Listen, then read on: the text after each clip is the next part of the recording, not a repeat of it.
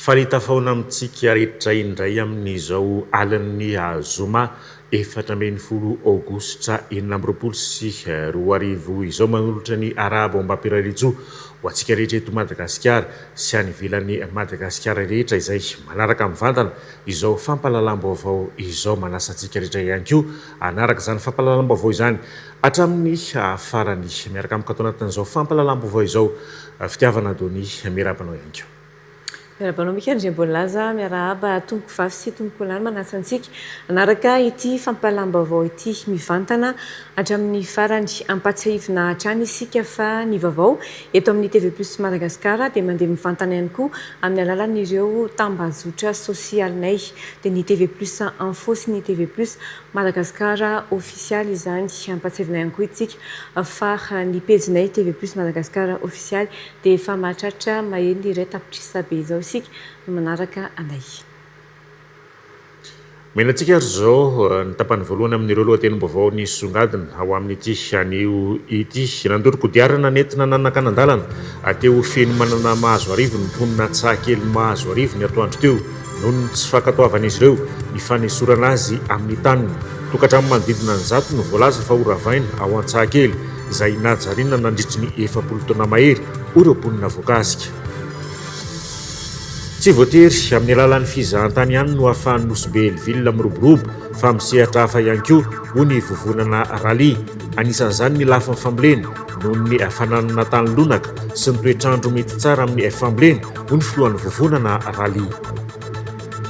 Ny lafiny fahasalamana mampiposy fianakaviana maro eto Madagasikara ny omamiadan'ny nono noho ny fahalafosan'ny fitsaboana izany mbola lafitrezaka. Ny resaka fandraisana an-tanana ankoatra ireo fanafody sy fitsaboana dia mbola tokony hisy fanohanana ara-tsaina sy ara-moraly amin'izy ireo ho ireo vehivavy ny tovovavolombelona tratry n'ity aretina ity. Mahakasika ny fandaharana foot inter entreprise karakarain'ny TV+ Madagasikara kosa kluba iray voaheritaona no nitsangana ny Futur SCA na ny Futur Soccer club académia tanora vao mitsandratra daholo ny ao anatin'ity kluba ity avy ny Mahamasina manana tanjona andeha lavitra ity kluba ity. Ny trangam-piarahamonina nandoro kodiarana nentina nanankanandalana teo feno manana mahazo arivo ny mponina Antsahakely mahazo arivo ny atoandro teo noho ny tsy fankatoavan'izy ireo ny fanesorana azy ireo amin'ny taniny. Tokatrano manodidina ny zato no voalaza fa horavaina ao Antsahakely izay najariana nandritry ny 40 taona mahery ireo mponina voakasika tapaka ny famovozana nandritry ny adiny roa teo teny amin'ny lalana feno manana mahazo arivo. Ny verin-dalana avokoa ireo taxi be pindrana ity lalana ity tahaka izany ihany koa ireo fiaran'olon-tsotra izay nosakana ny mponina mihitsy teny Akianja Eliza Hermanina sy Eric Ranevson. Tamin'ny 20 teo no nanomboka ny fampitaona teto amin'ny arabe lalana feno manana mahazo arivo ireo mponina ao Antsahakely ao mahazo arivo ihany ny atoandro teo raikitra ny fanankanan-dalana tamin'ny alalan'ny fandorana kodiarana ary ny lanja sorambaventy ireo mponina raha ny loharanom-baovao tokatrano manodidina ny zato no voalaza fa horavaina ny trano raha toa ka ho alainy ireo milaza tompony ny tany 40 taona mahery nefa no nanajary ho toerana io ny mponina ka tsy anaikatra amin'ny farany raha nambaran'izy ireo. Misy olona piasa tribunal tamin'izany nanodikodana le tany ekena le anazy le tany fa le olona tsy lavitra anay fa mipetsaka ao ambony ao ihany rehefa nanomboka nanao trano izay nanamboatra tsy nitenenina hatramin'izay fa rehefa mipetsaka le trano andira horavaina hono ny tranonay izao nitako ny zoanay zany izay efa 40 taona abo ambany ao nipetsaka zatako 20 taona mbola velona nanajary tao dia manahoana ny zoanay mangataka aminao zao monsieur ministre Lilson jereko momba anay monsieur le président jereko momba anay atombona zay be 80 000 efa tsanasa toko zay fa majika trano zato latsaka zay tompony ao ingotana olo ezaka ny fampiresaka tamin'ireo mpanao fihetsiketseny ireo mpitandro ny filaminana tonga teny an-toerana saingy vao maika ny orakoraka sy nanampy ny fanakanan-dalana ny mponiny ny verin-dalana avokoa ireo taxi be toa ny 139 613 izay mpindrana ity lalana ity ny atoandro teo voatery ny verin-dalana ihany koa ireo fiaran'olon-tsotra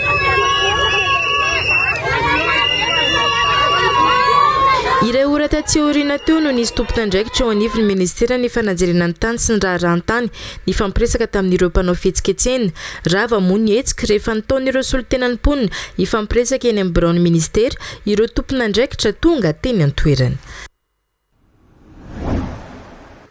vao mikasika trangam-piarahamonina atrantsy nahazo rariny teo anivon'ny fitsarana lay vady voalohany tao anatin'ilay raharaty tany mirefy 2.70 hektara 7.20 ary ao ampefy vokatry ny fisaraha-panambadiany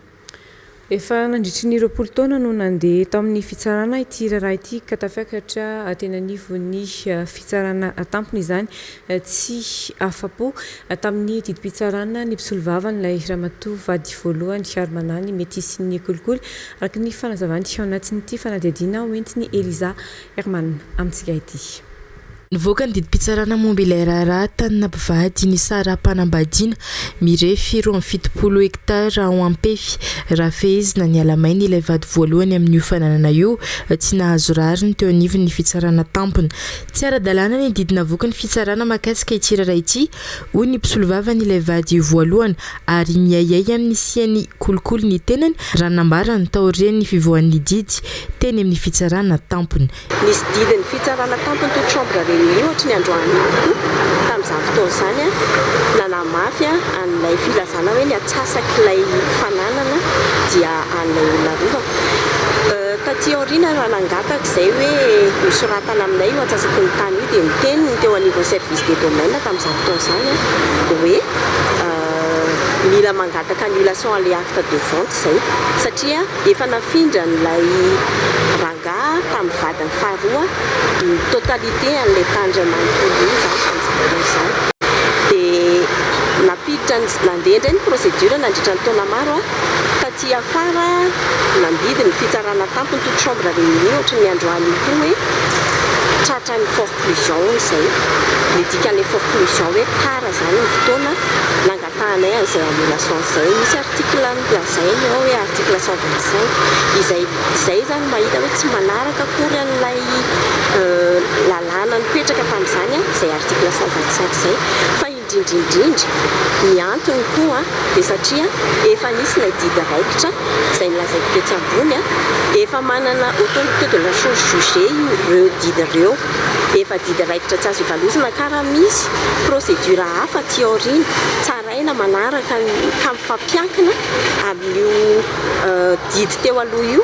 dia tokony anaraka an'izay na ny fitsarana na ny olon-tsotra amin'ity didim-pitsarana androany ity anefa dia niraisy ny fitsarana hoe ilay didy faharoa no mitombona ka nasorona nahataka tao anatin'ilay fizarana zany ilay tany any PF io dia izay mahita hoe misy tsy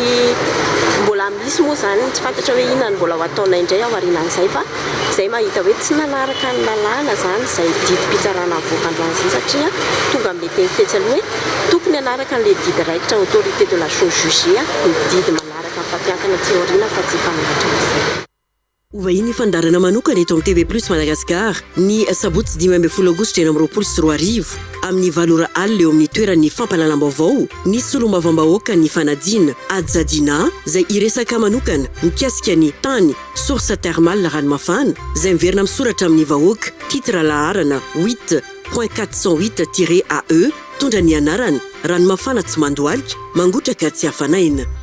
ary eo mahafaitsy le ministre ny fahasalamana tsy masamby joro izy fa mo directeur ny rano nanaovana opposition iny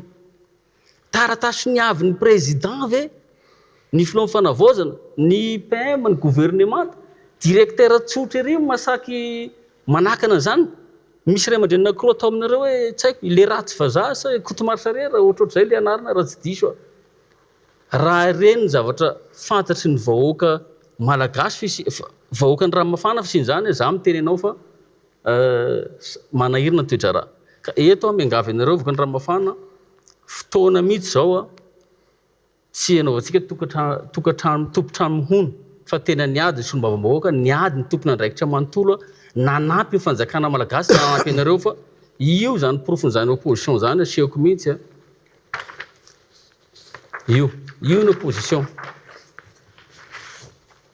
opposition nataony le directeur tsotro azadinoana ary ny sabotsy 12 aogostra 2024 amin'ny valora latsidiso vahiny fandarana manokana solombavambahoaka Adzadina eto amin'ny TV+ Madagascar.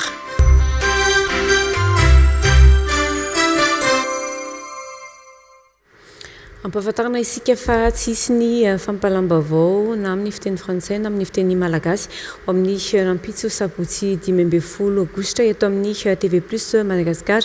amin'ny toeran'ny fampalambavao izany hoe amin'ny 7 ora alina kosa eto amin'ny TV+ Madagascar no anarantsika iny fandarana manokana iny izay nanasana ny Adzadina solombavambahoaka ny Ifanadina.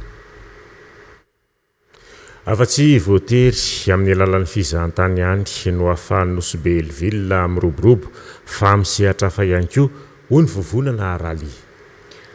Anisan'izany ny lafin'ny fambolena noho ny fananana tany lonaka sy ny toetrandro mety tsara amin'ny fambolena ny fanazavana ahafahana mampitombo ny fampiasam-bola ihany koa ireo hetsika ara-kolontsaina ao Nosy be mba hanamafisana ny fiara-miasa amin'ny fampiroboroboana ny tanànany Nosy be. Sy Belarandry mazava.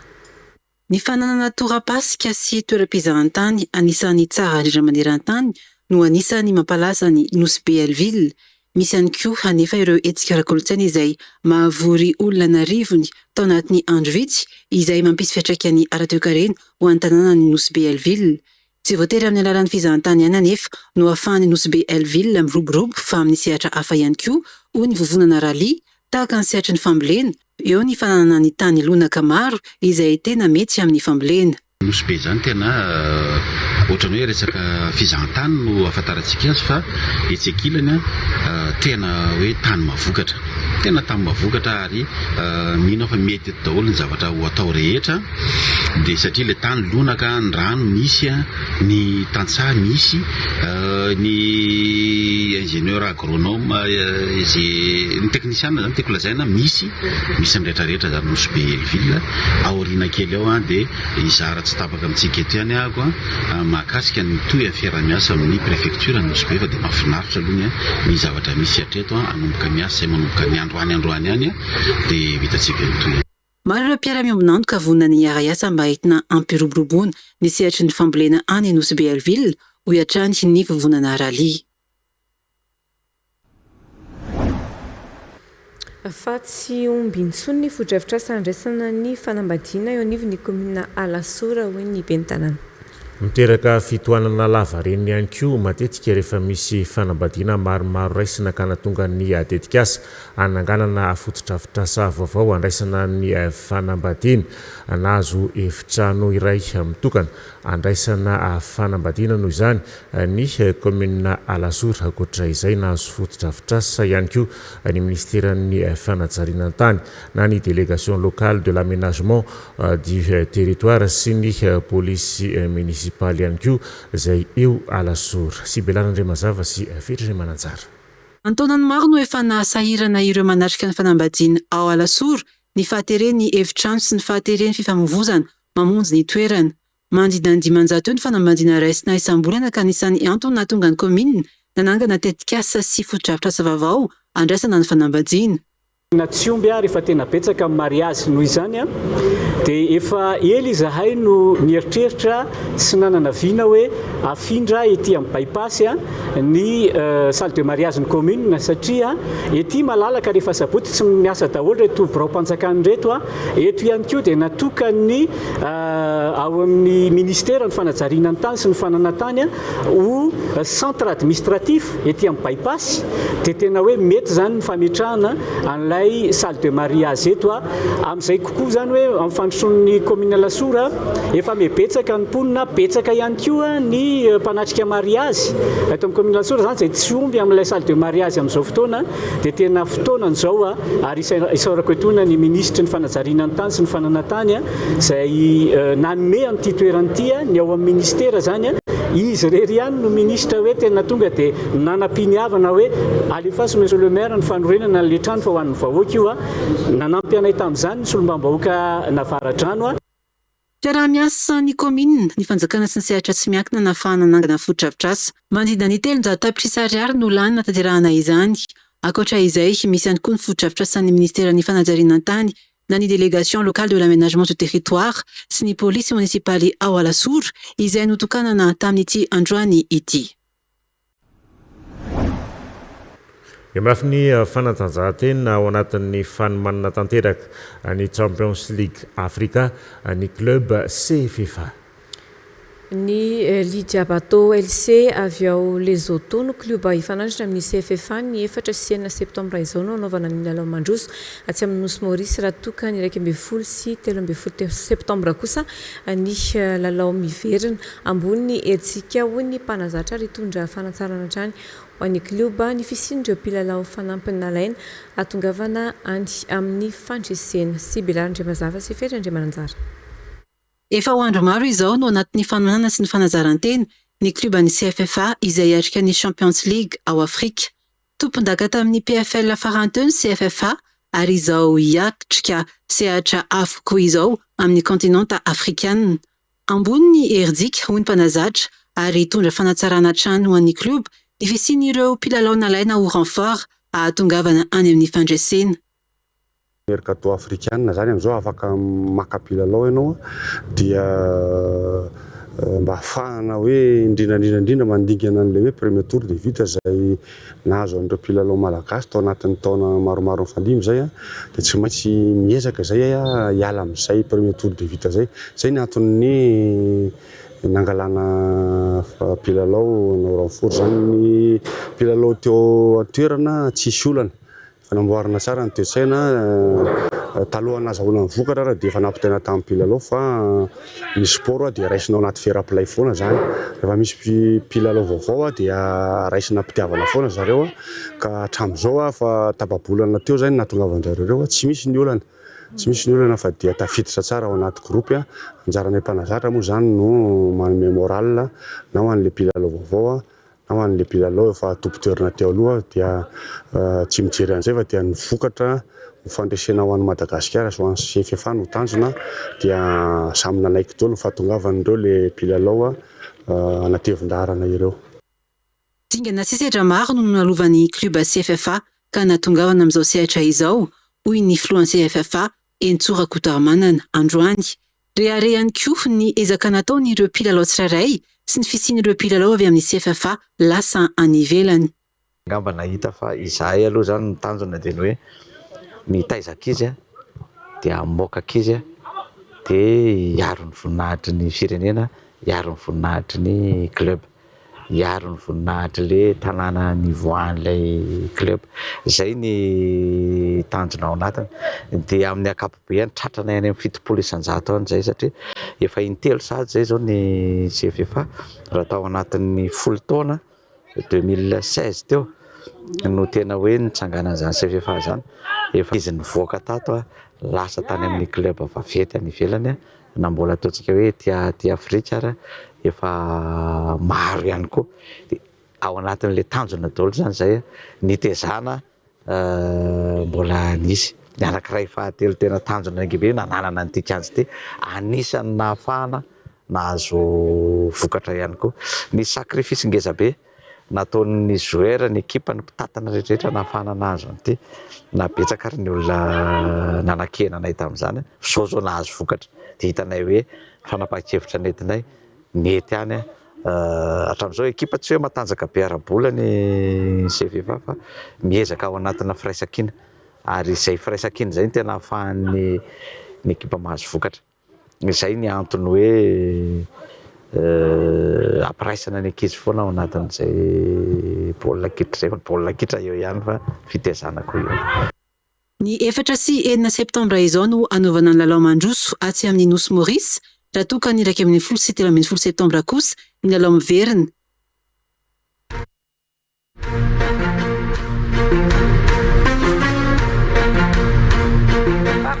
Aza manao tatitra ny solelaka ianareo fa mba zay zava misy marina besana mbola misy tompona raiky fanjakana hafa ihany koa teny an'izany izy hoe fihinary zany no mahagaga atsika raha ohatra izahay ataony vokafiny mampanolo-tsaina manoana zavatra tsy mety fa miezaka kosa milaza efa misy zavatra tsy mety zay zany izy ary ataoko na ianareo mparoga fandarana manokana anasana n'Andriamatoa Eliara Bevahiny, filoha nasionalin'ny CAFIM sady filohan'ny Otrikafo. Hoarahanao eto amin'ny TV Plus Madagasikara ny zoma 14 aogositra 2024 aorian'ny fampahalalam-baovao amin'ny teny malagasy.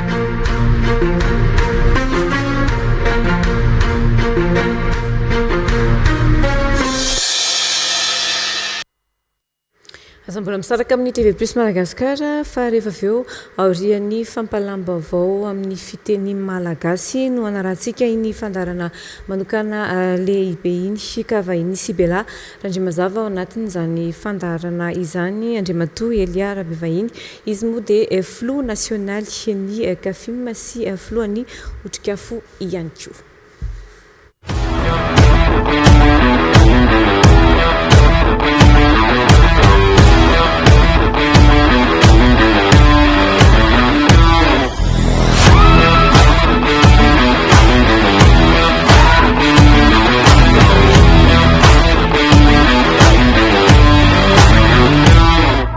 Efa ao anatin'ny karakarana tanterakantsika ao anatin'ny ndao-andaka izay andraisan'ireo orinasa tsy miankina eto amin'ny kianja annexe Bariano no tanterahantsika izany amin'ny 5 sy ny 9 ny volana septambra 2024 tongava amin'ny soratra anarana satria efa nisokatra tamin'ny voalohan'ny volana jona ary mifarana amin'ny 13 ny volana aogositra ny fisoratana ao anatin'izay ndao-andaka andiany faefatra izay.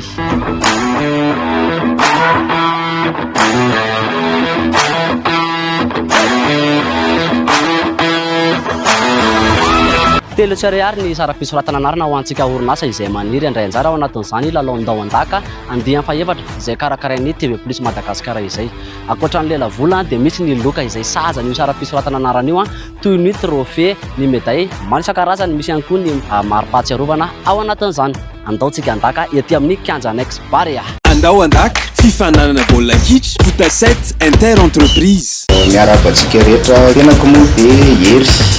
izay anisan'ny mpiasa atao amin'ny orinasany voesa 20 taona teo io zay no isiny izay mamokatra ny vokatra fanadiovana ao an-tokantrano toy ny lovia, fanasana vilia, ny fanasana lamba, ao koa ny fanasana carreau. Raha eo amin'ny tontolon'ny kitra indray kosa zany dia eto anivon'ny orinasa dia efa mandray anjara foana na eto amin'ny commune na eo amin'ny fokotany. Fa amin'ity indray mitoraka ity kosa izay zany dia somary akatra amin'ny sehatra matianina kokoa. Izay no mampatonga anay iroso amin'le foty inter-entreprise karakarain'ny TV Plus Madagasikara ity. Hitantsika amin'izao moa zany efa tena vonona tanteraka tokoa ny ekipan'ny Voesa na dia mbola amin'ny 5-6 septambra ho avy izao ary ny lalao dia efa vonona tanteraka izay. Ho anareo izay mbola tsy nanoratra anarana tongava fa miandry anareo koa izay ary vonona ifanandrana aminareo tsara. Tsatsady! Vonona sa tsy vonona? Ny Voesa! Andao-andaka Anisantsika ny fampahalalam-baovao ary zao ny resabe.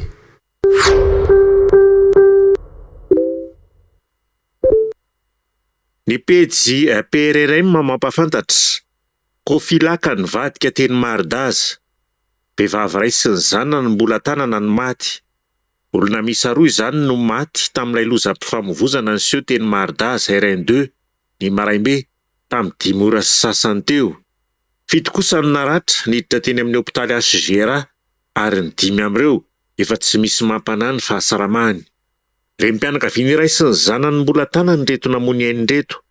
fiara taxi Bruce Crafter coopérative Cofilac mampitoena Antananarivo sy Ambatondrazaka ity niaran-doza ity. Tia ho antainga izy mianaka reto no niraisin'ity taxi Bruce ity. Raha ny voalaza dia sendra lavaka ny kodiarana amin'ny aoriana havanana ka potika ny patitaka ny jante ka nahatonga ny fiara nivadika ambony ambany raha inidina ny fidinany maridazy iny. Ny pejy itsetsatsetsatra tsiatra mampafantatra mpangary paosy manodidina Nanosy sy Andavamambo. Mbola tratrako tao anaty poketra ny tanany, avy eo mbola mamono,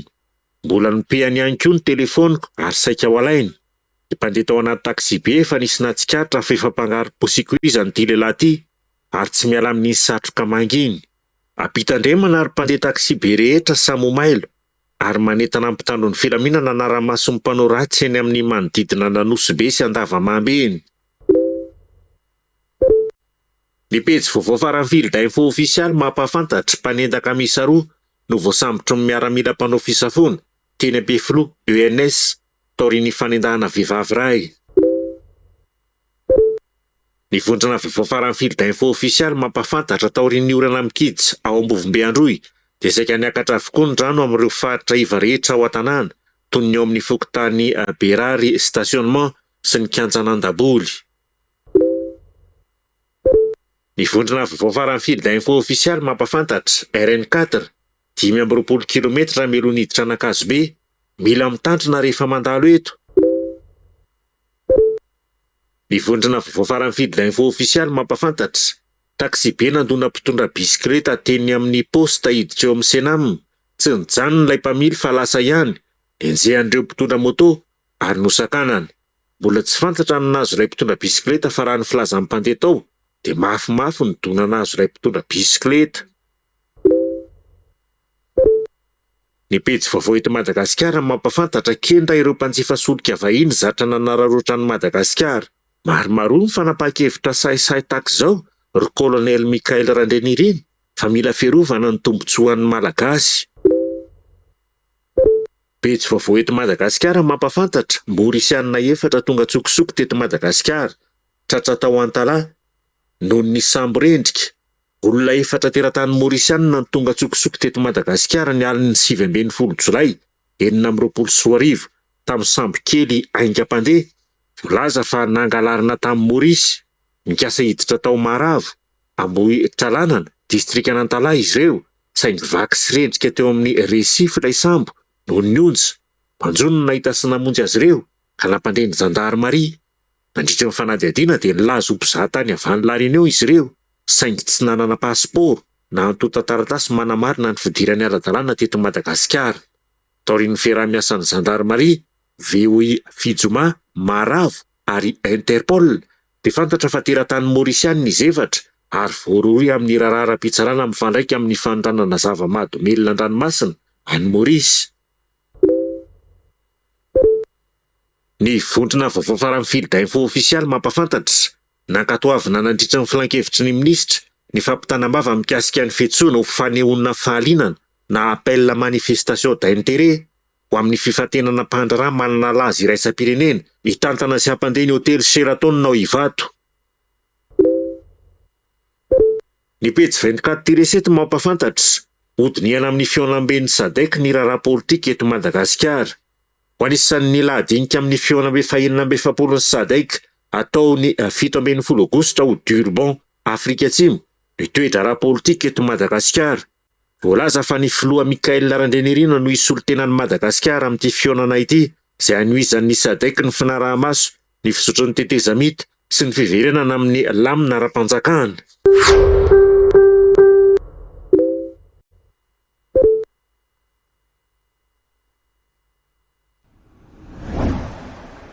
Vaovao avy amin'ny distrika Nambalavao kosa toy ny fanao isan-taona dia nosokafana androany ny sakertam-pifoazana ny toby lehibe manolotro ny Ambalavao Ivo eto Madagasikara sy maneran-tany nanotrina ny fanokafana ofisialy androany ny praministra Rajao Narson Mamitine Mano Ramandrimby mbola soa solon-tenan'ny TV+ Madagasikara Ambalavao. natomboka androany isan-kery tao mpifoazana ho any toby lehibe fifoazana manolotrony tonga niarano mibavaka tamin'ny fanokafana izany ny premier ministre lehibe ny gouvernemanta Andriamatora Rajoanary Somamitiny sy ireo mpiarady aminy notrony ireo tompondrakim-panjakana atao amin'ny faritra Matsiatrambony sy ato anivon'ny distrika Anambalavao nambara ny premier ministre fa sambatra ny firenena manana mpitondra matahotra an'Andriamanitra ary vonona ity farany sy ny filoham-panjakana hitondra ny firenena araka ny sitrapon'ny tompo izy ireo izay samy mpiandry hoentina imrahalahy amin'ny sitrapon'Andriamanitra ny firenentsika dia misaotra manafatrafatra hoe miorena tsara aza miova satria misy tokoa ilay fitenena manam-pahaizana manao hoe ny fahefana dia manova olona manova miaratsy izay filazan'ny olona zay ka tena iorona izay mirahalahy zany amin'ny fitantanana ny firenena hoentina amin'ny sitrapon'Andriamanitra tokoa mba ho voavonjy Madagasikara araka sambatra ny firenena izay manana Jehova ho Andriamanitra. Vao samba no nisy mpitondra fanjakana niarano mibavaka nisan-kery tao mpifoazana manolotrony nitondra fankasitrahana ny taontsoroka nomena azy ireo idady Ratoejanahary Ray aman-dreny iraka ny toby manolotrony sady filohan'ny komity ny Jobily fahazady taona. Fa tonga niara-mivavaka teto ny mpitondra fanjakana maefa izay tao ny premier ministre tao ny mpanarady aminy tao ny chef de région tsy adino ao ihany koa ny député izay angadina anana saviana ahitana zavatra rehetra ary tao koa chef district izay niaraka nanatanteraka an'izany fampampiavana fanokafan'izany misaotra ny tompo izay satria be dia be ny zavatra nitanterahana sy natao tamin'izany fotoana izany ka anisan'ny anankiray manokana ny tsinganina no nataon'ny ramatoa député ny fanomezana omby sy sisa atao sakafo ny vahoaka eto amin'izao toby masina manolotra an'izao hery lehibe izany ary ny tompona malifity fa izay tsy mahavaly ny sambany teo amin'ny tantara ny fifazam-panahiny toby lehibe manolotrony nisy mpitondra fanjakana ambony nanokatra tamin'ny fomba ofisialy niara-mivavaka izany isan-kery taona izany dia isorana ny tompo satria lehibe dia lehibe zany fa mbola tsy nisy teto amin'ity fifazam-panahiny toby lehibe manolotrony ity. Fa fanokafana ny fankalazana ny Jobily fahazady taona namoazan'Andriamanitra ny Neny Ravelonjanahary ihany koa androany ary amin'ny taona 724 no ivon'ny fankalazana Jobily ny fifankatiavana sy firaisan-kina ary fampihavanana raha ny fanazavana hatrany. Jobily ny fifankatiavana io, Jobily amin'ny firaisan-kina io, Jobily amin'ny fampihavanana io ka izany no tena angatana dia manasa ny fitondram-panjakana maefa ihany koa ho tonga amin'izay fotoana izay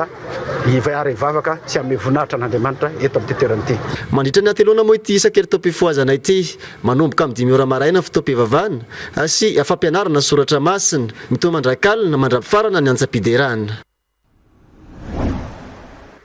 Favoan'ny fahasalamana kosa mampikirosofana ny fianakaviana maro eto Madagasikara ny omamiata ny nono ny fahalafosany fitsaboana izany mbola lavitrezaka ny resaka fandraisana an-tanana ankoatry ireo fanafody sy ny fitsaboana dia mbola tokony hisy ihany koa ny fanohanana ara-tsaina sy ara-moraly amin'izy ireo ny vehivavy ny joro vavolombelona tratry ny ity aretina ity betsaka amin'ireo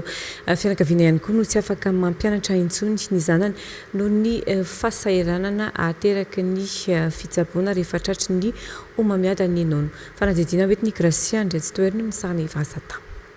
Aretina anisan'ny mamono ireo vehivavy maro maneran-tany ny omamiada ny nono ary efa betsaka ireo vehivavy matin'izany teto Madagasikara. Hita fa mampikirosofana ny fianakaviana maro ny omamiada ny nono vokatry ny fahalafosan'ny fitsaboana. Mila toana manokana araka izany na ara-tsaina na ara-moraly ireo vehivavy tratra ny omamiada ny nono. Raha eto Madagasikara nefa dia mbola lavitrezaka ny resaka fandraisana tanana ho ireo vehivavy ny joro vavolombelona tratra ny ity aretina ity. Saka koa tena hoe mafy aloha mafy satria samy manana ny raha ataontsika hoe ny resaka prestation en général resaka mombana cancer dia tena hoe mafy satria ny vidin'ny fanafody dia izy fotsiny dia efa tena hoe mafy ao anatin'ny cancer anatin'ny parcours rehetra iny nefany tsy resaka fanafody fotsiny fa eo ny analyse eo ny scanner eo ny bilan sanguin en fait zany tsy hoe indray mandeha zay zavatra zay dia ho vita eo fa ao anatin'ny ohatran'ny anahy manokana zao ao anatin'ny heritaona mety ataontsika hoe fa manao scanner anankiefatra juste hoe eritreretintsika hoe ohatrany ahoana ny saran'ny scanner eto amintsika. Betsaka amin'ireo fianakaviana no tsy afaka mampianatra intsony ny zanany noho ny fahasahiranana amin'ny fitsaboana rehefa tratran'izay omamiada nono izay. Manoloana izany dia nanangana fikambanana iray ireo vehivavy tratran'izay omamiada nono izay natao hanohanana manokana ireo vehivavy tratran'ity aretina ity. tsy resaka hoe fitsaboana matériel resaka financiaire fotsiny zany no tena hoe tarjana fa tena hoe rehetra zany hoe ao anatin'ny maha-olombelona maha-vehivavy anazy zay. Tanjon'izy ireo ihany koa ny anitarana ireo vehivavy hanao fitiliana dieny mialoha mba hisoroana ny fahasarotan'ny fitsaboana.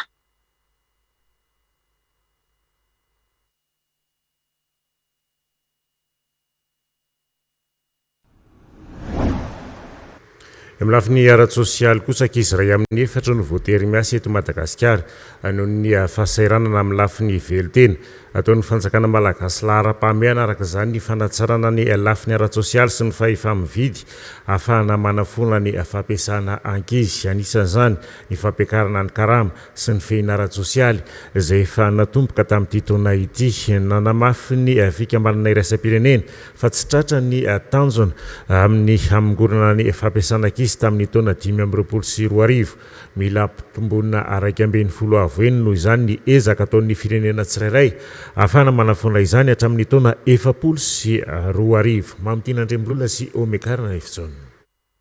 Eo amin'ny sehatra iraisam-pirenena miisa 720 tapitrisa ireo ankizy no miasa maneran-tany, ny 420 amin'izany dia manao asa mampidozy izay mety misy fiantraikana amin'ny fahasalamana. Anisan'ny voakasika manokana amin'ny fampiasana ankizy ny faritry ny Afrika subsaharienne, roa ambany telo ny ankizy mantsy dia efa ao amin'ny setry ny asa avokoa. Napetraka ny tanjona maneran-tany ny hamongorana ny fampiasana ankizy ho an'ny taona 2024 saingy tsy tratra izany, mila mafisina araka izany ny ezaka atao ho an'ny 5 taona manaraka ho an'ny firenena rehetra anisan'izany Madagasikara. Aujourd'hui, 138 millions d'enfants sont en situation de travail. 138 millions d'enfants. Et parmi ces enfants-là, près de 54 d'entre eux effectuent des travaux dangereux, effectuent des travaux qui menacent leur santé, leur développement et parfois même leur vie. L'Afrique subsaharienne porte la part la plus lourde. En effet, 2 tiers de ces enfants vivent sur notre continent. Ces chiffres que je viens de mentionner ne sont pas des prestations. Derrière chacun d'eux, il y a un visage, il y a une histoire, il y a un avenir qui se passe. Une petite fille qui transporte des pierres au lieu d'aller à l'école. Ny tsy fampinentomanany ny faharefony arakasa no mampirisika ireo ray aman-dreny ampiasan'ny zanany hanampy ny fidiram-bola ao an-tokantrano izay afaka foanana amin'ny paikady ampiariny ny fanjakana amin'ny fijerena manokana ny sosialim-bahoaka. Ny fijerena ny sosialim-bahoaka sy fanatsarana ny fahefa-mividy ny vahoaka malagasy. Ary maka ohatra aho zao dia jireo ny karama farany ambany any amin'ny sehatra tsy miankina dia nampiakarina indroa miantona amin'ity taona ity. Ny karama ny mpiasa-panjakana dia natsaraina ary nomena ny tamby kasasarany izay mifandraika amin'ny asany izy mba anatsaratsara ny fiainana ary ny fampiroboroboana ny fampananana asa eto Madagasikara ho an'ilay sokajin'olona sy tafiditra amin'ny asa-panjakana sy any amin'ny sehatra tsy miankina. Ka rehefa tsara izay tontolo ara-sosialy izay eto Madagasikara dia foana ho azy ny fampiasana zaza sy ampitoana. No marina androany ny andro iraisam-pirenena hiadina ny fampiasana zaza. Vao mahakasika ny tontolo iainana, zava-dehibe ny fiarovana ny harena voajanahary an-dranomasina sy amorontsiraka ho fiarovana ny hoavin'ny olombelona antony hiarovana ny rohivoary an-dranomasina, hiarovana ny fano sy ny ala onko no mafisina nandritry ny andro maneran-tany ho an'ny fano sy ny andro iraisam-pirenena ho an'ny rohivoary ala onko androany hita amin'ny faritra Sofia ny fanentanana sy ny fampandraisana andraikitra ny tsirairay amin'ny fiarovana ny fano sy ny ala onko. Ao Analalava faritra Sofia no tanteraina ny fankalazana miaraka ny andro maneran-tany ho an'ny fano sy ny andro iraisam-pirenena ho an'ny rohivoary ala onko. Tanjona ny hiarovana ny harena voajanahary an-dranomasina sy amorontsiraka. Nivondrona araka ny Ministeran'ny tontolo iainana sy fandrosoana alovan-jafy, ny Ministeran'ny Jony sy toe-karena manga, ny faritra Sofia ireo tompona ndraiky mpanjakany ny fotony, ny mpiara-movin'antoka ary ny vondrom-piarahamonina anatratra ny tanjona fotoana izy anamafisana ny fanentanana sy ny fampandraisana andraikitra ny tsirairay amin'ny fiarovana ny fano sy ny alahonko. Raha folo taona lasa zay nisy ny olana teo amina fitantanana an'izany fano zany. Raha nisy ny olana teo amin'ny fitantanana zany alahonko zany. Zavatra tsapa zany efa miroso mankany amin'ny vahaolana ary zany rehetra zany mila fiarahana miresaka na dialogue social ary mila koa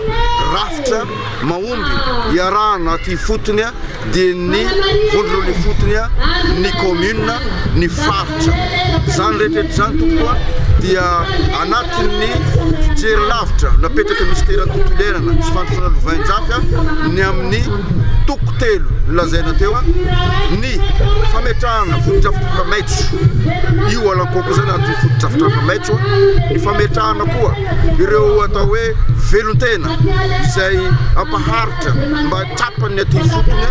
mba tsapany tsirairay ny voaka izay voakasika fa mitondra zavatsoa mitondra loharanombola mitondra haina vao afahany mivelona sy mitantana mandray anjara tokoa ary mandray anjara tanteraka amin'ny fiarovana ireo zavaboary ireo zavamananaina ireo hala anisan'izany alahonko. Ahitana 5 amin'ireo karazana fano na soka-dranomasina 7 misy maneran-tany ny ranomasiny Madagasikara. Ny alahonko kosa dia toeram-ponenana sy fitombon'ireo karazan-javamananaina an-dranomasina maro isan-karazana toy ny trondro, draka, katsitsika sady manana anjara lehibe amin'ny fiarovana ny morontsiraka sy fiatrehana ny fiovan'ny toetrandro. Manamafy ny ezaka fiarovana ny fano sy ny toeram-ponenana amin'ny alalan'ny tetikasa arifano, Ministeran'ny tontolo iainana sy fandrosoana lovain-jafy ary manohana ireo vondrom-piarahamonina mivelona amin'ny jony sy miankina amin'ireo arena voajanahary an-dranomasina ireo. Eo arahantsika ary zao ireo vaovao tapatapany. Anantrarana ny tanjona amin'ny fahavitantena ara-tsakafo izay napetraka ny Ministeran'ny fambolena sy fahaleovantena ara-tsakafo dia efa manodidina ny 70% ny fahavitany asa amin'ny fanarenana ny todrano ao Beboka. Le maka manodidina ny 900 hektara no ajariana ho tanimbary ahafahana mamboly amin'ny alalan'ity tohadrano ity. Tena zava-dehibe dia tanimbary vaovao mbola tsy nambolena mihitsy zany no ataontsika eto. Nisy moa zany ny fanatanterahana ny asa io efa naharitra taona maromaro kanefa ny arahana hita fa nisy ny tsy fahatomombanana teo amin'ny fanatanterahana zany asa izany ka miatrika ny asa fanarenana zany isika amin'izao fotoana zao. Ny tanjona moa zany dia mba azahoantsika fotodrafitrasa mateza sy lovain-jafy efa eo amin'ny 70% no vita. Kendrena moa zany ho vitaina amin'ity taona ity daholo izay asa rehetrarehetra zay. Ankoatr'izay moa zany dia mbola isy ny asa fanarenana na ny aménagement an'le tany izay anaovana tanimbary satria araka ny voalazako teo dia tanimbary vaovao izay atao io. Nisan'ny fanaraha-maso ny fandrosoan'ny asa fanamboarana ny todrano lehibe sy ny lakan-drano fitarian-drano izay manondraka an'le maka Beboka ao anatin'ny faritry melaka ny tanterahan'ny delegasion'ny Ministeran'ny fambolena sy ny fahaleovantena ara-tsakafo. Aorian'ny fahavitan'ny asa fanarenana ny todrano ny faran'ny taona 2024 dia hiroso avetrany amin'ny asa fanarenana ny tany anaovana ny tanimbary ny ministera izay fiaraha-miasa tanterahana amin'ny alalan'ny tetikasa AD2M2 Vatsin'ny Fidavola.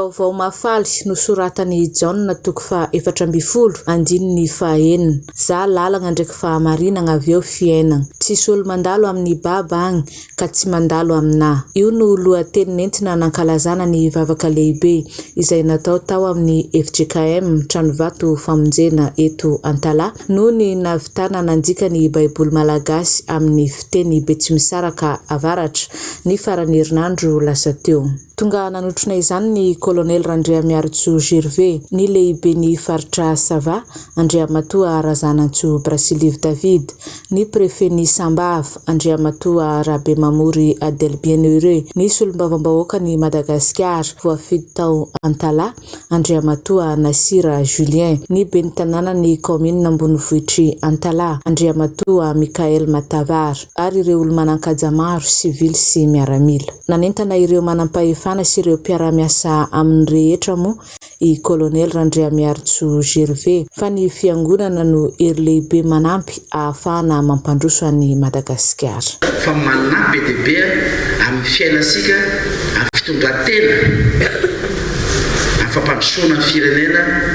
ny fananasikana ny soratra masina izay aza vainy fanahy masina amintsika.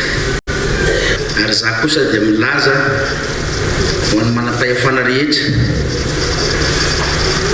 fa ny fiangonana dia anisan'ny hery lehibe masilazao ke voalohany amin'ny fanantanterasika ny fampandrosoana Madagasikara. Be dia be ny olona somary menimena amin'izao fotoan'izao hoe afangaron'ny zarareo ny fiangonana sy ny mpitondram-pahefana. Sanatria tsy hoe mifangaro izy io fa ny zavatra azo ambara mifameno.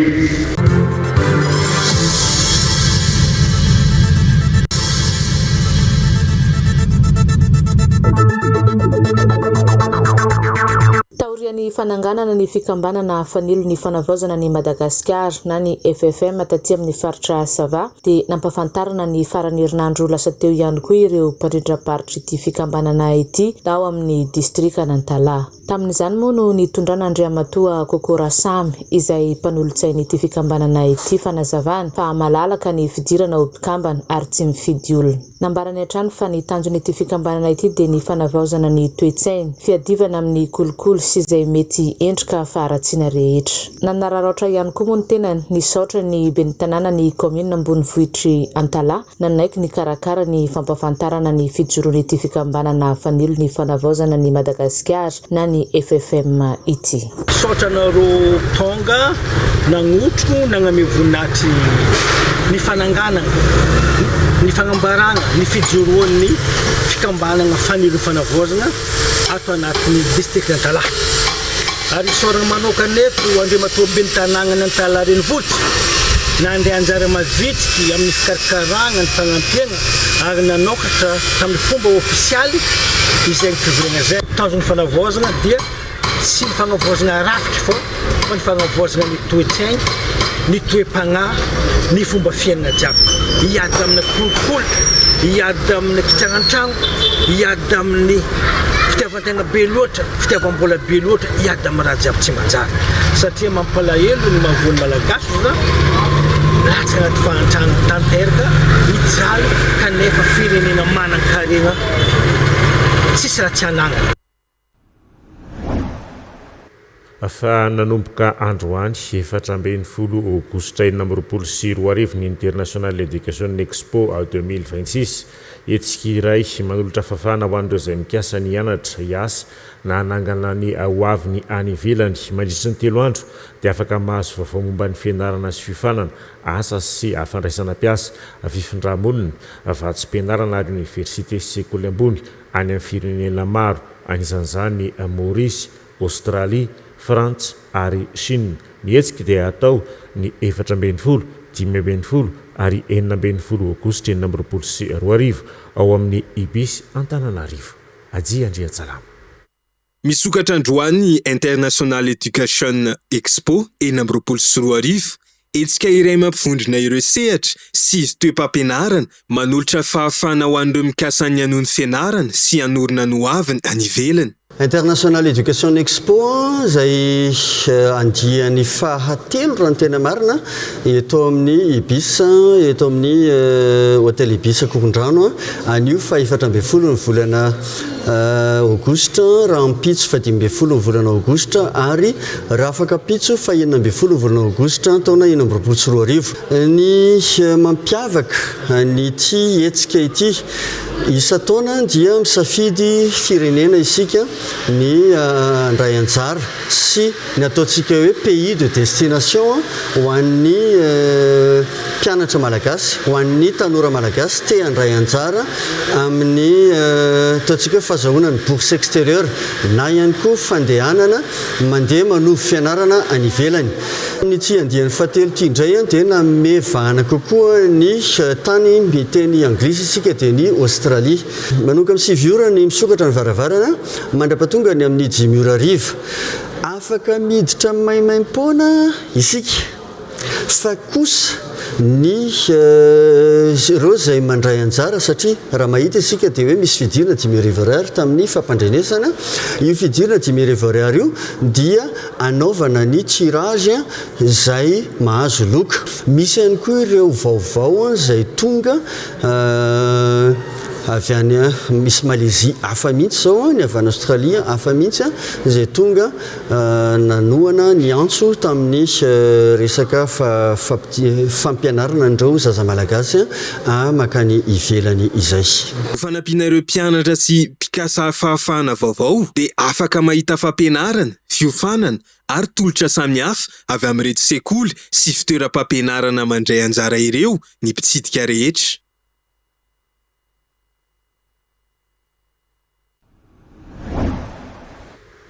Manambahiny ihany koa izay mianadahy amin'izao alina izao mifandraika amin'ny vaovao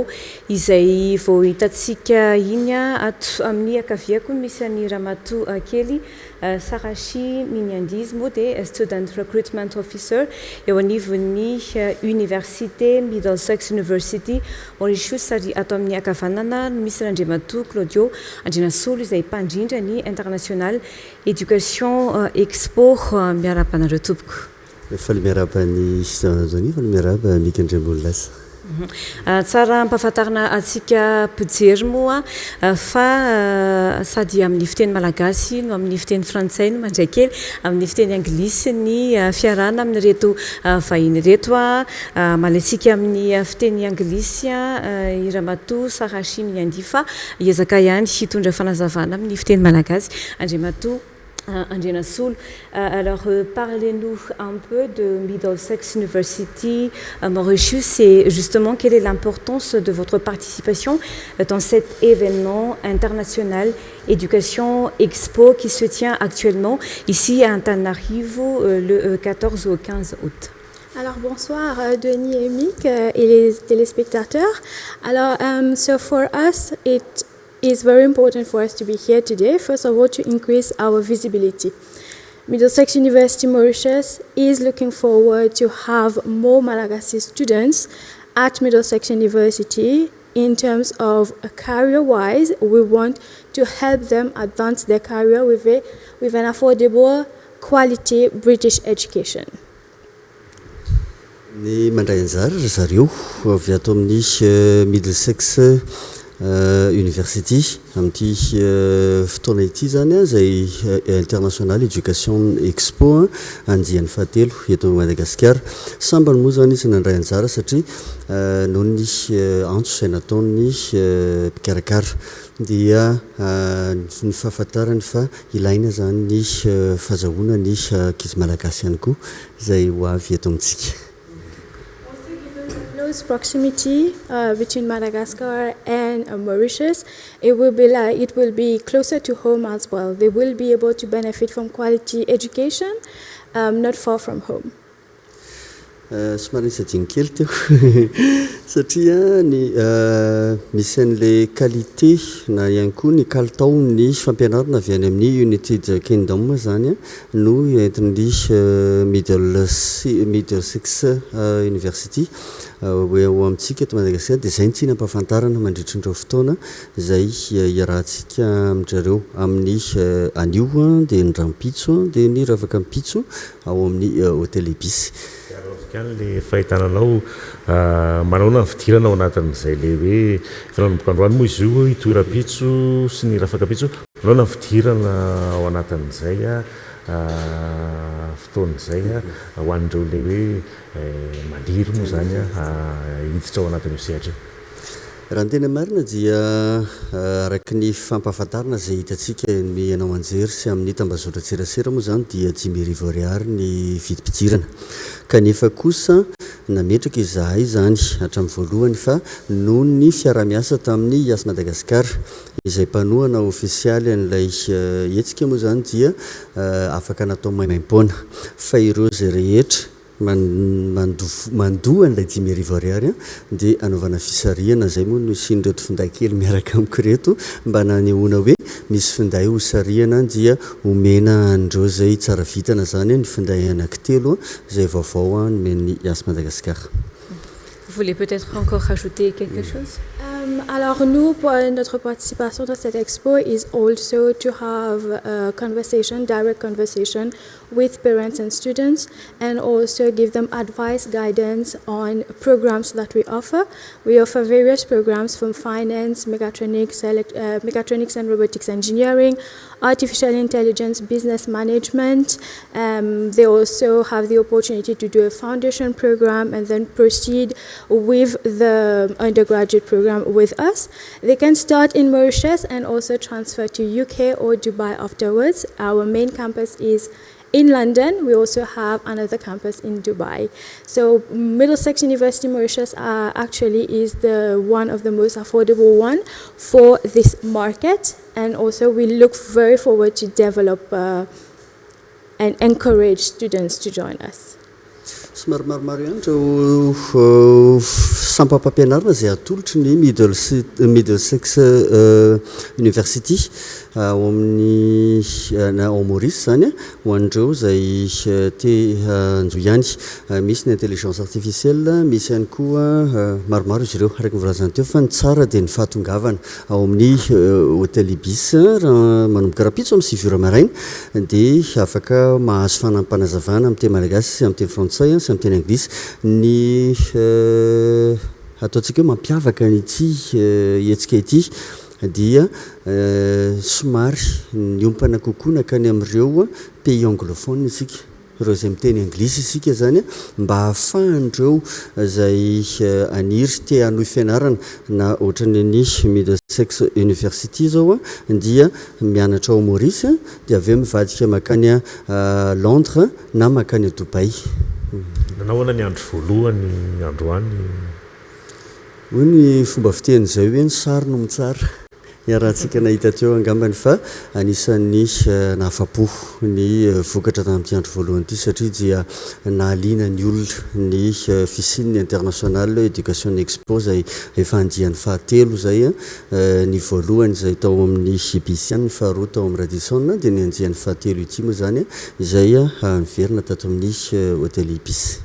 Menanao angamba ny teny famarana sy famidinana ary fisaohana. Voalohany dia manasa antsika rehetra ho avy marobe manomboka amin'ny 7 maraina raha ampitso ao amin'ny Ibis hôtel Akorondrano izay hanaovana ny international education expo iarahana amin'ny tamin'ity fotoana ity zany dia ireo ilay tany miteny anglisy toy ny Australia, Malaisia, Indonesia, Chine ary maromaro izy ireo somary adiniko kely moa zany fa maromaro izy ireo ka manasa antsika rehetra dia anisan'izay misy ny Middlesex University, misy ny Maison Escoffier, misy ny marobe zay tsy voatanisako eto angamba fa manjary lasa miangatra raha toka. Mankasitraka indrindra. Mankasitraka anareo mianadahy vainay tamin'ity anaty ankasitrahana isika naraka izay tafatafa izay ampatsevina hatrany fa ny vahiny tamin'ity anaty dia misy Andramatoa Sara Shimiandy izay student recruitment officer eo anivon'ny université Middlesex University Mauritius sy Andramatoa Claudio Andrinasolo izy moa dia mpandrindra ny International Education Expo.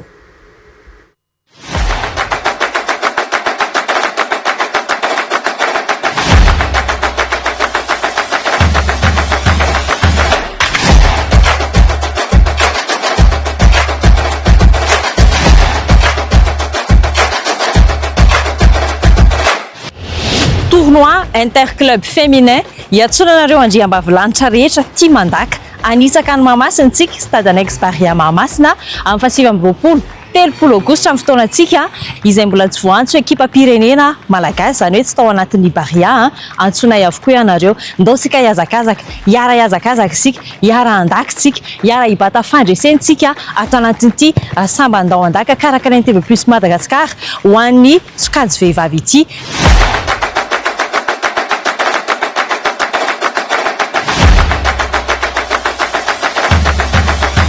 Ny sara ny fisoratana anarana dia roa hetsy ariary monja ny loka miandranareo nefa ao anatin'izay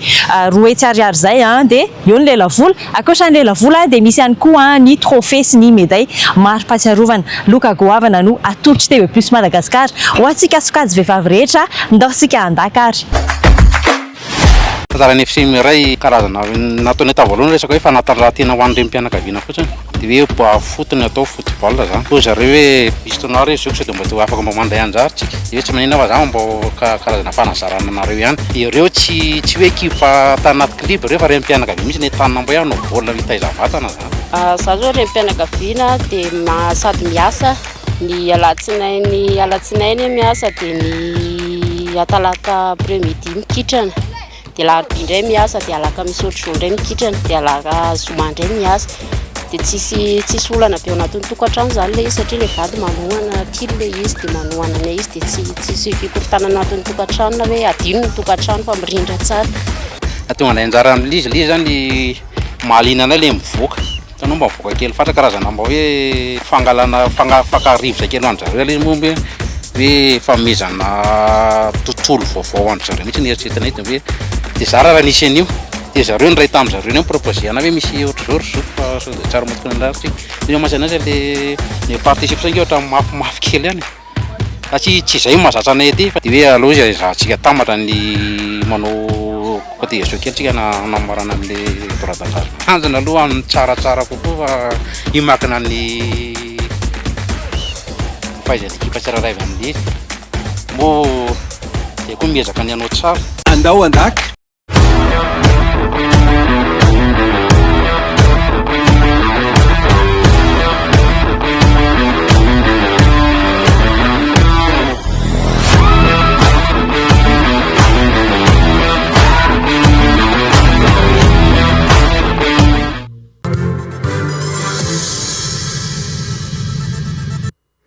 Hotoisika hatrany ny fampahalalam-baovao tarika roa niarany atomboka teo amin'ny sehatra ny kanto ny tarika joary sy popy tena nahitana famenoana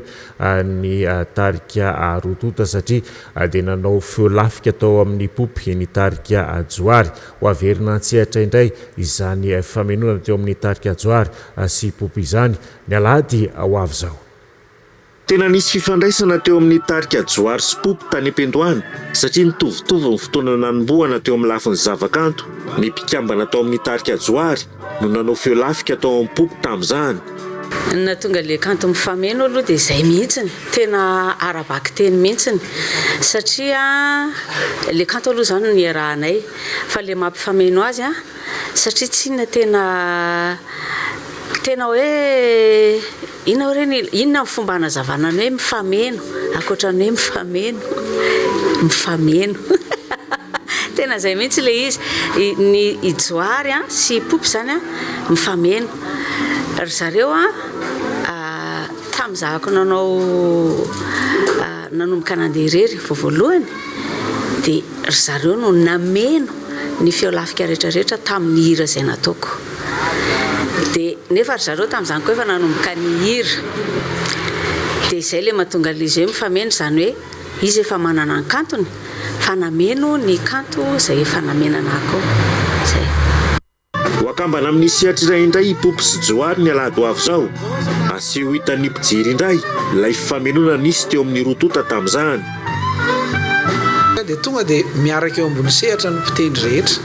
zany hoe tsisy mifamadibadika zany fa tsy tapaka mihitsy le fampisehoana hatramin'ny voalohany hatramin'ny farany raha tsy hoe hisotro rano kely ngamba ry zareo dia eo misy tapaka. Ny fivarotana ny tapakila efa mevitsy izy ny fampisehoana haritra adiny 4 eo dia miandry anareo sisa tongava amin'ny alahady mbola mety isy tapakila ihany fa tongava aloha raha any vao hividy. Eny amin'ny sesy ivady moa ity fampisehoana ity ny alahady 19 aogositra ho avy zao Vaovao fampianarana ambony efa manomboka ny concours d'entrée amin'ny fidirana première année amin'ny ISCAM amin'ny filière marketing communication commerce international, management et développement d'entreprise, ressources humaines, comptabilité et finance amin'ny ISCAM tsy diplôme fotsiny no manana fa ny hoavinao ho mpitantana na ho mpandraraha ny daty dia ny 20 août enina amby 20 izao 100% en ligne ny fisoratana anana sy ny concours d'entrée dia atao en ligne avokoa izany hoe tsy mila manatona eny antoerana fa misoratra anarana ao amin'ny iscam.mg. Misa enambeny folo ireo nandray anjara tao anatin'ny fandarana demokrasia mivantana tao amin'ny Radio Plus 100.2 FM androany maraina niompana bebe koa tamin'ny lafin'ny fampandrosonan'ny Madagasikara ny faneho-kevitra izy ireo ndeo arahantsika ary nitsompony tamin'izay faneho-kevitra izay miaraka amin'ny Radio Plus 100.2 FM. Demokrasia mivantana fandarana mivantana amin'ny Radio Plus 100.2 FM isanandro amin'ny sivora sasany maraina. Nanambary monsieur nantenaina ve tsy mahamasina androany tao anatin'ny faneho-keviny fitiavam-bola sy fitiavam-boninahitra ny betsaka amin'ny mpanao politika eto Madagasikara. Ny mpanao politika eto fitiavan-tsaina amin'ny BDD tsisy fitiavana tanindrazana zany ary fitiavam-bola sy fitiavam-boninahitra dia normal be mizahoaka eny amin'ny fiarahamonina zany raha miteny tsy miantehatra mpanao politika zany fa nizaniza mitondra dia ohatsiny foana ny fiainan'ilay vahoaka malagasy surtout moa amin'ny fafana vozany ity tsika hoe inona zany le zavatra anao vozy na inona le zavatra niova atsambo zao zany tsy mbola fantsy hoe inona le lalak'izoran'le malagasy ho aiza le firenena fa ny zavatra tiana apetsaka fotsiny hoe arosoa le fifidianana aloha izay mpitondra olanindahoaka eny no le fanavozana. Demokrasia mivantana. Kokoa monsieur Nef John Navetsy lazaina ny fititsaram-pahefana eny anivon'ny fokontany no antoky ny fampandrosoana eto amin'ny firenena. Fampandrosoana ety fotony ny taxe ety vahoaka tsy mbola nisy eloateto fa raha ny voasoratra ao anaty lalam-pandrenana ny vony vahoaka ety ny lalam-pahefana efa ely zany ny tokony natao. Raha tena andro sy voniny inona no misakana tanomezana langa ny fokontany sy ny fokon'olona izay tena kitro ifaharan'ny fampandrosoana no mpisitaka amin'ny vatana ihany koa ny fandrosoana fokontany ny zaka tena izay ny tiako azavaina mahavelo tena ahitana président fokontany vafidim-bahoaka miaraka amin'ireo mpiara-miasa aminy mazava azy vafidim-bahoaka ihany koa fokontany manana teti-bola manokana ary manana fahefana ara-politika hitantanana ny raharaha anatiny ny fahefan'ny komina sasany dia misy afindra aty amin'ny fokontany anisan'izany ny etratrano. Demokrasia mivantana fandarana mivantana amin'ny Radio Plus 100.2 FM isanandro amin'ny sivora sasany maraina. Ndeha rahantsika kosa zao ny voambolana.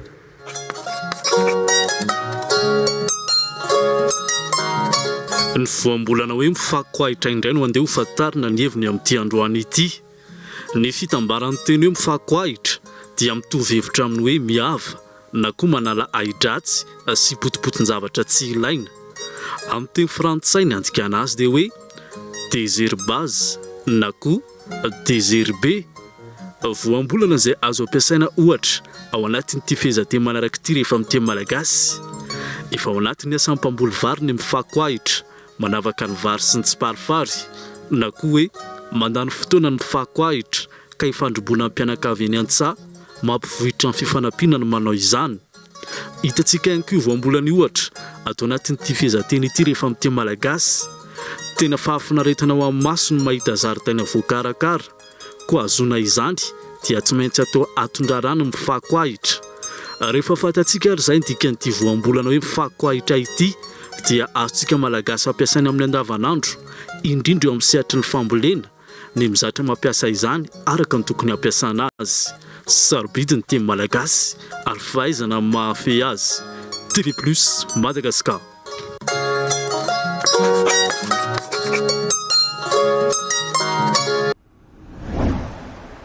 Manasantsika rehetra ary zao anaraka ny eo ara hoe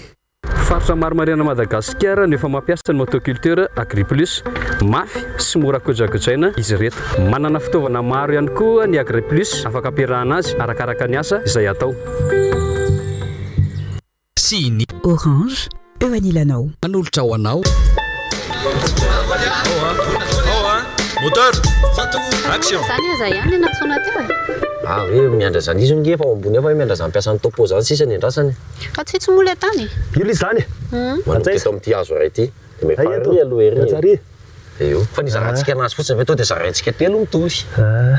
samy mianko satria mitovy vola aloha de to de refesiny fa totsika akitsapako eny anizany aty amin'ny sisiny rindra karakara joka zoko mifidy lalana samy fa ny azo ny tena nitahiriko ray manontolo de mitoto anaty daholo tsy manana tsony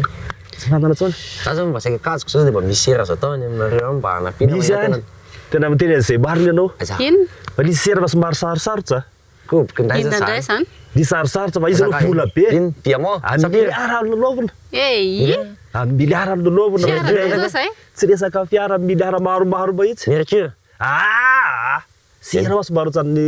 bakosura fa saingy mba te anao raha ohatra ka ana fa tsy vonina de tsy afatiny izy saika nataoko izy fa mamaky trano aloha zay tsy miditra vao mangalangalatra zany naika nataoko fa tsaka efa notsany sa fa nisy sera tena manaragara mba tenenina fa ianao koa be izy sera avokavokolona avokavokolona afaka de ndilany any aiza koa misy an'izany raha izy rony ray alaina de 5 milliards de raha ray de milliards 5 asaka tena marina misy olona me an'izany ve zaro sa iananao fa le tsy mety ontra mba mifoka sigara za mifoka raha mifoka nameko tena resaka seria zany zay zao sera amiko sady olona tsy mifoka sigara fotsiny zany de volona de alana afaka fitaona ny analangay mety alana raha tsany amin'ny hôpitaly tonga de misy mpikarakara atao de misy tena fa misy dokotera misy fotsiny samy mijaly le olona de izy mikarakara anazy de vakina ny tolatra zany vakiny io fa atao izy avele avokavoka fa misy fotoana misy glasera fa misy glasera tonga de fampanaovana anazy mihitsy zany le glasy reny fa tena sery ve zany fa misy produit miaraka aminy to de efa nahita le mpandray mihitsy zany ianao tsy diso aloha mbola tsy nahita fa mety le mpandoha an'le voly tonga fotsiny izy any izy any afaka manaiky ampiresahany eo olona zavatra amomono olona amin'izany ndray tena sera tena amin'azy sai mbona ino an'izany avokavoka ve ataon'olona inona ary ny avokavoka ilana aza manaikitra rebereben'ny olona amin'ny resaka tsy mitombony sanatria ampidi-dozanao sy ny manodidina anao ny rediredin'olona coupé dans la boîte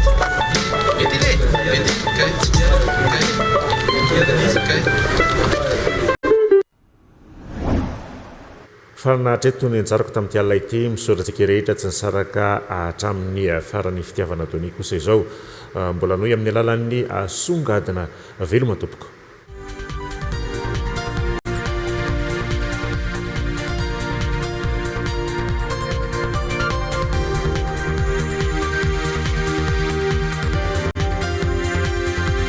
tonga amin'ny fotoanany songatina indray isika araka ny narahantsika tamin'ny lohateny vaovao dia Club iray vao heritaona no nitsangana ny Futur SCA na ny Futur Soccer Club Academy tanora vao misandratra daholo ny ao anatin'ity club ity avy any Mahamasina manana tanjona andeha lavitra nefa ity club ity andray anjara ao anatin'ny tournoi interclub féminine by TV+ izay tanterana ao amin'ny annexe Barea ny 7 sy 3 aogositra ho avy izao ny Futura SCA. Mameremisy fotsiny ny asanareo rehefa lasa atao ampovoany nareo ao mameremisy rehefa any amin'ny sisinareo dia mipasy zay rehefa atao ampovoany dia mameremisy ao dawary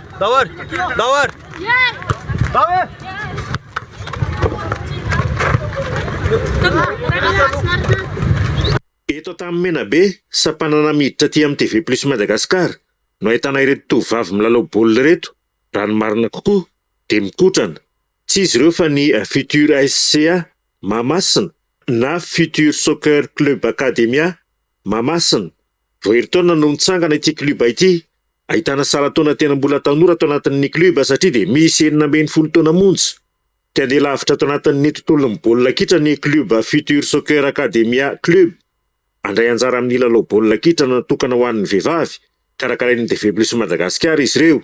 ny tanjona dia mba hampafantatra ny fisian'ny club Ny fanalavana le Futura CCA, Futura Sporting Club Academy. Depuis novembre un an latsaka. Natonga anay nanapa-kevitra andray anjara tamile tournoi TV+ mba te hivoatra zay, mba te hijery hoe ohatry ny ahoana rehefa midona amin'ny club koatra nefa hitanay sy ny hoe atraiza ny fahaizanay, atraiza ny moralanay raha midona amin'ny club fa mbola tsy hitanay mihitsy ohatra. Tanora vao misanatra daholo ny mpilalao an'ity club ity, isan'izany finono. Ao anatin'ny ekipa dia mitana ny vody lahana foana izy. Mbola mpianatra nanala baccalauréat eo izy. Intelo isan-kerinandro ny club no mikotrana ary mila fahaiza mandamina amin'ny fandaharam-potoana izany. Ny plasiko ato amin'ny Futura CCA dia défense centrale. Manahoana zany andraikitra hoe défense centrale zany ny ambony terrain? Raha ny andraikitra ny défense centrale aloha dia mafimafy ihany satria misahana lasa ohatra ny hoe miteny ny ankizy eo akaikinao hoe lasa mifazafaza be zany. Hatramin'izay mbola kely dia mananao baolina ka hatramin'izao. Mafimafy ihany fa mila gérena kely zany hoe rehefa ohatra izao no mikotrana dia rehefa ohatra izao indray dia nanatra. Dia ny ray aman-dreny ve manome lalana andraisana anjara ao anatin'ilay fifaninana? Ie, manome lalana izy satria miainga avy amin'ny zavatra rehetra moa io. Misy amin'ireo mpilalao ato amin'ny Futura CCA no tsy ampy-taona kanefa dia vonona ny andray anjara amin'ny lalao baolina kitra vehivavy eto amin'ny TV+ Madagasikara. Ny fandraisana anjara zany dia efa miomana manao maximum avy aty aminay zay mba hanaovana ny tournoi io. Mizara roa moa ny fifaninana baolina kitra lalaovin'olona fito eto amin'ny TV+ Madagasikara. Ankoatry ny foot féminine interclub ataony 7 sy ny 30 aogositra ho avy izao, dia eo koa ndao andaka inter-entreprise izay ataony 5 sy ny 9 septambra ho avy izao, samy etsy amin'ny kianja Lexbaria moa ireto lalao ireto, ary samy amin'ny 13 aogositra ho avy izao ny fara fisoratana anarana. Etona dia misaotra ireo mpanohana ny fifaninanana toy ny BOA Madagasikara, Étoile Color ary ny STS Mandriamena. Rehefa aveo isika dia anaraka ny fandarana manokana iarahana amin'ny filoha nasionaly ny HACAFIM sady filohan'ny otrikafo ihany koa hampatsahivina isika fa ao amin'ny rampitsy kosa dia tsy hisy ireo fampalambavao amin'ny fiteny frantsay sy amin'ny fiteny malagasy fa izy kosa ny fandarana manokana ny tena kosa manome fotoananao manaraka indray filma tompoko.